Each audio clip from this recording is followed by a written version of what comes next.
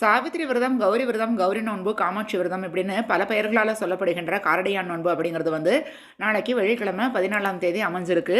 தீர்க்க சுமங்கலி வரம் கிடைக்கிறதுக்காக பெண்கள் இந்த அன்னைக்கு நோன்பு இருந்து தாலிச்சரடு எல்லாமே மாற்றிக்குவாங்க. கல்யாணமாகாத பெண்கள் நல்ல கணவர்கள் வேண்டும் அப்படின்னு அந்த மஞ்சள் கயிறு கையில் கட்டிக்கிட்டு விரதம் இருப்பாங்க.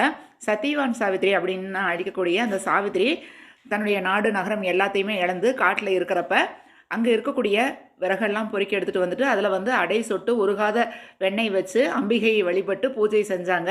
அப்போ யார் கண்ணுக்கும் புலப்படாத அந்த யமன் சாவித்திரி கண்ணுக்கு எதுக்கால வர்றப்ப சாவித்திரி தனது நாடு நகரம் எல்லாம் இழந்ததையும் திரும்பவும் வேணும் அப்படின்ட்டு தனக்கு பதிவிரதை அப்படிங்கிறதுனால ஒரு நல்ல ஆண்மகன் தனக்கு குழந்தையாக வேண்டும் அப்படின்னு வேண்டிக்கிட்டாங்க.